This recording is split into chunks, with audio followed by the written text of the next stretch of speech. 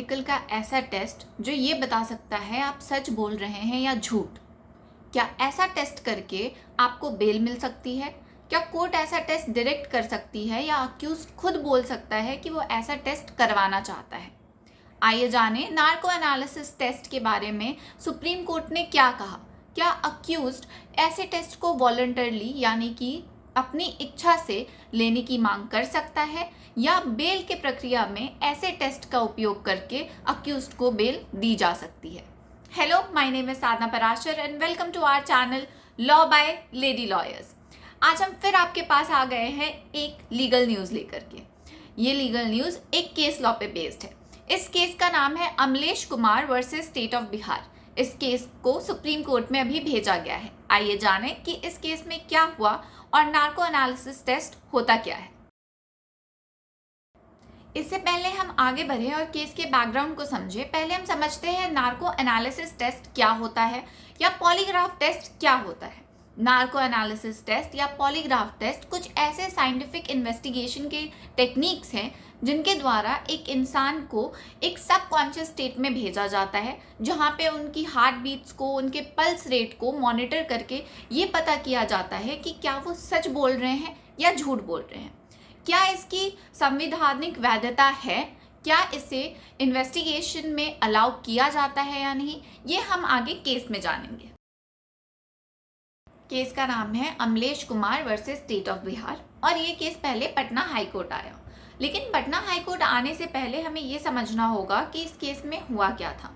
तो ये केस है dowry harassment and disappearance of complainant sister, यानी कि दहेज उत्पीड़न एवं शिकायतकर्ता की बहन के गुमशुदा होने का केस है, जिसके लिए एफआईआर दर्ज कराई गई।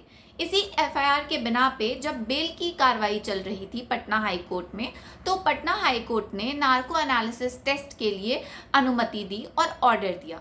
नार्को एनालिसिस टेस्ट ऑर्डर किया गया अमलेश कुमार और बाकी के जो अक्यूज्ड थे उनके लिए।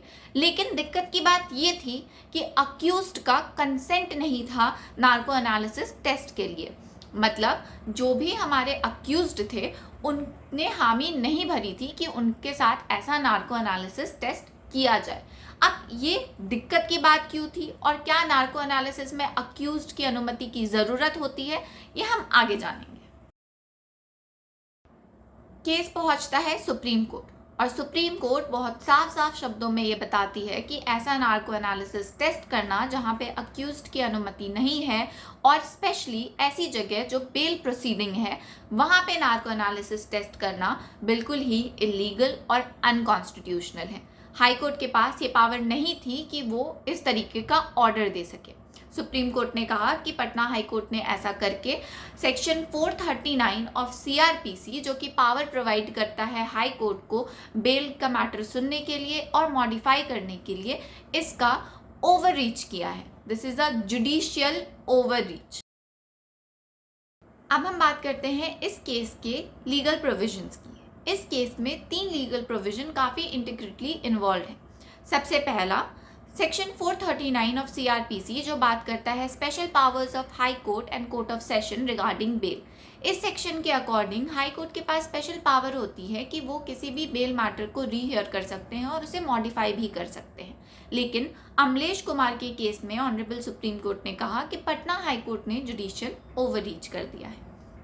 फिर बात करते हैं article 20 clause 3 of constitution of India की, जो देता है राइट अगेंस्ट सेल्फ इंक्रिमिनेशन, यानी आत्मदोषारोपण के खिलाफ अधिकार।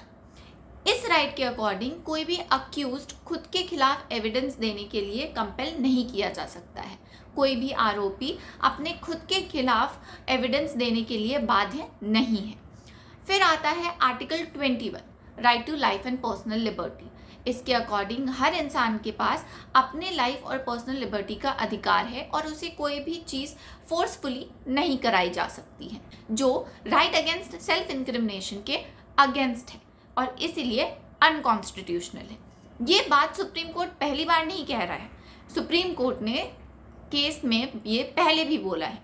केस का नाम था Selvi versus state of Karnataka और इस केस में सुप्रीम कोर्ट ने साफ साफ कहा कि नार्को एनालिसिस टेस्ट और पॉलीग्राफ टेस्ट जैसे टेस्ट जो हैं वो अनकॉन्स्टिट्यूशनल और इनएडमिसिबल है in the court of law अगर वो इनवॉलंटरी तरीके से लिए जा रहे हैं, यानी कि वो बिना अक्यूज्ड के इच्छा और स्वीकृति के लिए जा रहे हैं। तो अब हम बात करते हैं केस के आउटकम की। केस सुप्रीम कोर्ट पहुंचता है और सुप्रीम कोर्ट ने पटना हाई कोर्ट के जजमेंट को क्रिटिसाइज किया। उन्होंने कहा कि बेल के प्रोविजन में, बेल के प्रोसीजर में नार्को एनालिसिस टेस्ट को लाना सरासर गलत है।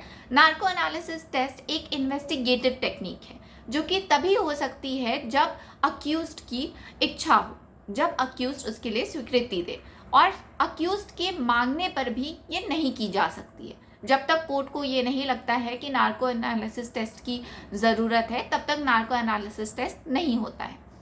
नार्को एनालिसिस टेस्ट के बेसिस पे कन्विक्शन भी नहीं हो सकता है जब तक कि एविडेंस और उसको बैक करने के लिए ना हो। तो केवल नार्को एनालिसिस टेस्ट किसी भी आरोपी को गुनहगार नहीं साबित कर सकता है।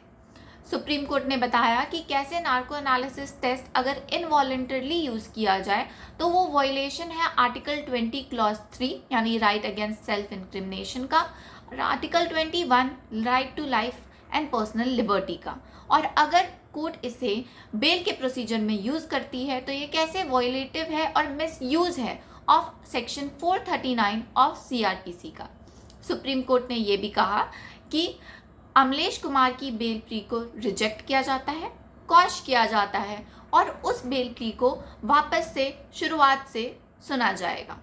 अगर आपको ये वीडियो अच्छी लगी हो, अगर आपको ये वीडियो इन्फॉर्मेटिव लगी हो, तो please like, share, comment and subscribe to the channel. Thank you so much for watching.